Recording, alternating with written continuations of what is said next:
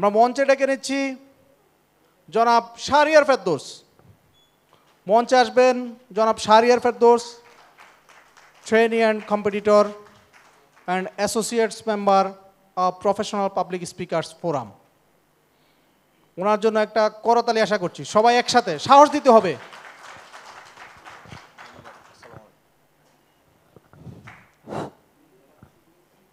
আসসালামু আলাইকুম সম্মানিত বিচারকগণ এবং আমার সামনে অবস্থানরত প্রিয় সম্মানিত অতিথি এবং প্রিয় দর্শক শ্রোতা সকলের প্রতি জানাই আন্তরিক শুভেচ্ছা ও অনেক অনেক ভালোবাসা। প্রিয় দর্শক, প্রথমেই আপনাদের একটি প্রশ্ন দিয়ে শুরু করতে চাই।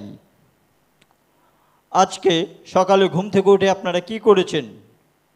সকালে ঘুম থেকে উঠে সোশ্যাল মিডিয়াতে সময় কাটিয়েছেন, না এক কাপ চায়ের সঙ্গে একটি বইয়ের পাতা উল্টিয়েছেন? কল্পনা করুন, একটি বইয়ের পাতা উল্টানোর মধ্য দিয়ে আপনি আপনার জগৎকে নতুনভাবে আবিষ্কার করেছেন এবং আপনি নিজেকে নতুনভাবে উপস্থাপন করেছেন। প্রিয় দর্শক শ্রোতা, বই আমাদের জীবনের একটি গুরুত্বপূর্ণ অংশ।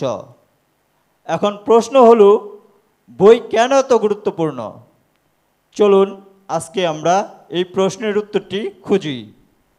বই সম্পর্কে ইংরেজ কবি টুপার বলেন, একটি ভালো বই হলো বর্তমান এবং সারা জীবনের জন্য আমাদের সবচাইতে ভালো একজন বন্ধু। প্রিয় দর্শক শ্রোতা, আপনাদের নিকট থেকে আরেকটি বিষয় জানতে চাই, বই পড়ে প্রকৃতপক্ষে কি লাভ? এবং এই প্রশ্নটি যদি কাউকে করা হয় তার প্রতিক্রিয়া কি হতে পারে? কেউ কি বলতে পারেন?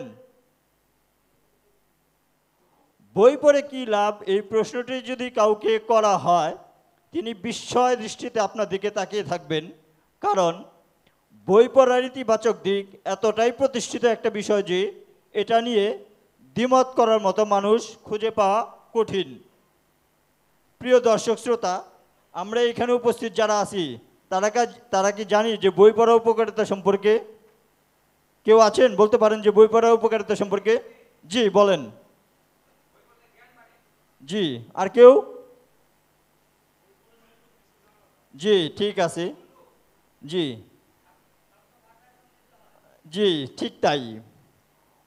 বই পড়ে প্রকৃতপক্ষে আমাদের জ্ঞানকে বিকশিত করে এবং আমাদের তথ্য ভাণ্ডার সমৃদ্ধ করে।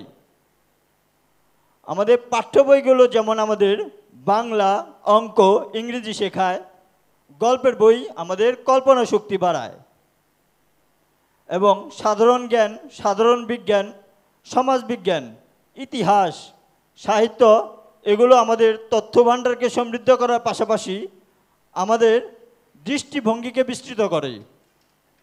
প্রিয় দর্শক শ্রোতা,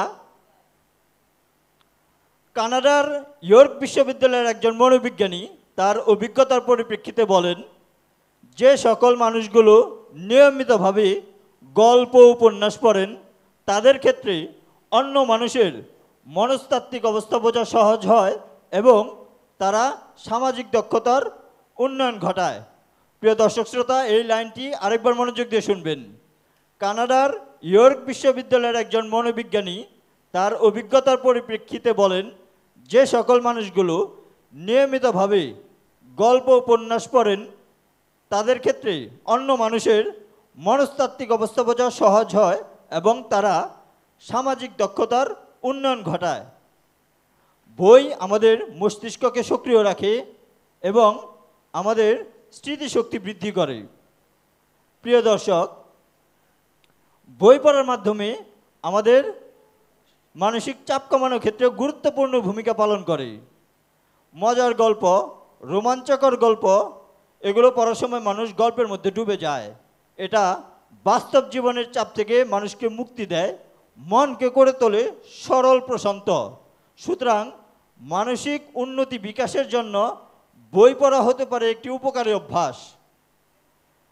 প্রিয় দর্শক, বইয়ের মাধ্যমে নিজেকে সম্পৃক্ত রাখতে পারলে আমাদের কল্পনা শক্তি বাড়ে। এর মাধ্যমে পাঠক তার গল্পের দৃশ্যগুলোকে কল্পনা করতে শেখে এবং পাঠক তার ভিতরে যে সৃজনশীলতা এটা গড়ে তুলতে পারে। বইয়ের সাথে নিজেকে সম্পৃক্ত করার মাধ্যমে আমরা ছোট ছোট শব্দের সাথে পরিচিত হই। এটা আমাদের ভাষাগত দক্ষতা বাড়ায় এবং নতুন ভাষার বই পড়ার মাধ্যমে আমাদের নতুন বিষয়াদির সাথে আমরা বিষয়গুলো সম্পর্কে জানতে পারি এবং আমাদের জ্ঞানের পরিধিও বাড়াতে পারি। প্রিয় দর্শক শ্রোতা, যুক্তরাজ্যের ইউনিভার্সিটি অফ সাসেক্সের একজন গবেষক এমিলি শুট গবেষণা করে দেখেছেন যে বই পড়ার মাধ্যমে ৬৮% পর্যন্ত মানসিক চাপ কমানো সম্ভব। বই পড়লে শুধু মানসিক চাপই কমে না, এটা আমাদের মানসিক প্রশান্তি অনেক গুণে বাড়িয়ে দেয়। এই ক্ষেত্রে আমরা বইকে আমাদের জীবনের ভালো একজন বন্ধু হিসেবে গ্রহণ করতে পারি। একটি বই শেষ করতে অনেক ধৈর্য ও মনোযোগের প্রয়োজন হয়। অনেক সময় মানুষ একা থাকতে পছন্দ করে, কিন্তু একাকিত্ব মানুষকে হতাশাগ্রস্ত করে তোলে। এই বইয়ের সাথে নিজেকে সম্পৃক্ত রাখতে পারলে এবং একটি ভালো বই পড়তে পারলে হতাশাগ্রস্ত কাটবে তো অবশ্যই, এতে মানসিক আত্মবিশ্বাসও অনেক গুণে বেড়ে যাবে। প্রিয় দর্শক,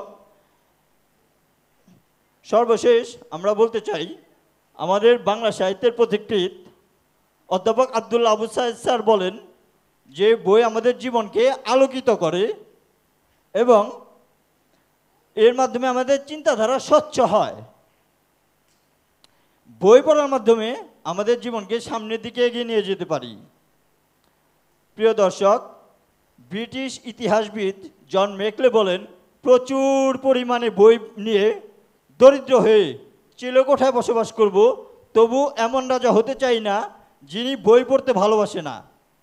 বই পড়ার গুরুত্ব আমাদের জীবনে অনেক সামনের দিকে এগিয়ে নিয়ে যায়। প্রিয় দর্শক, তাই নিয়মিতভাবে আমরা বই পড়তে পারি। বই পড়ার মাধ্যমে আমাদের আত্মবিশ্বাসকে জাগ্রত করতে পারি এবং বই পড়ার অভ্যাস আমাদের গড়ে তুলতে পারি কিভাবে, এই বিষয় নিয়ে আমি আপনাদের সাথে 3টি বিষয় শেয়ার করতে চাই। এক, আমি নিয়মিত এই চর্চাগুলো করি এবং আমি বিশ্বাস করি যদি আপনারা এই চর্চাগুলো ধারাবাহিক রাখেন তাহলে আপনারাও অনেক বেশি উপকৃত হবেন। ছোট থেকে শুরু। প্রতিদিন যদি আমরা 10 থেকে 15 মিনিট গল্পের বই পড়ি বা আমাদের পাঠ্যপুস্তকগুলো পড়ি, তাহলে আমাদের পড়ার প্রতি আগ্রহ তৈরি হবে।